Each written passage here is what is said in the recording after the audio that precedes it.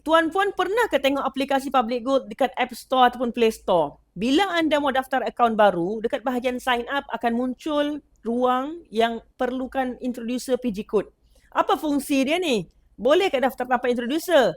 Jawapannya boleh, Tuan Puan. Tuan Puan tetap boleh daftar dan beli emas dekat Public Gold tanpa introducer. Tiada beza. Sama ada anda beli dengan introducer ataupun tiada introducer, harga emas tetap sama. Bezanya dekat mana? Dari sudut bimbingan. Kalau anda daftar tanpa introducer, maksudnya introducer Tuan Puan adalah direct Public Gold. Bila anda perlukan bantuan, Tuan Puan hanya rujuk staff Public Gold sahaja. Tapi kalau daftar dengan introducer, Tuan Puan dapat dua lapisan bantuan. Pertama, staff Public Gold. Kedua, introducer ataupun dealer peribadi yang akan bimbing Tuan Puan sebagai penyimpan emas dan penabung emas. Introducer ni ibarat macam ibu bapa kita lah dalam Public Gold.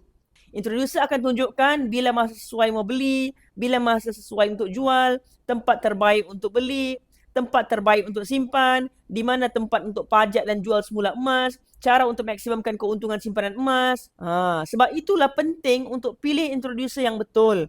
Kalau Tuan Puan sudah ada introducer, teruskan dengan introducer Tuan Puan yang sedia ada.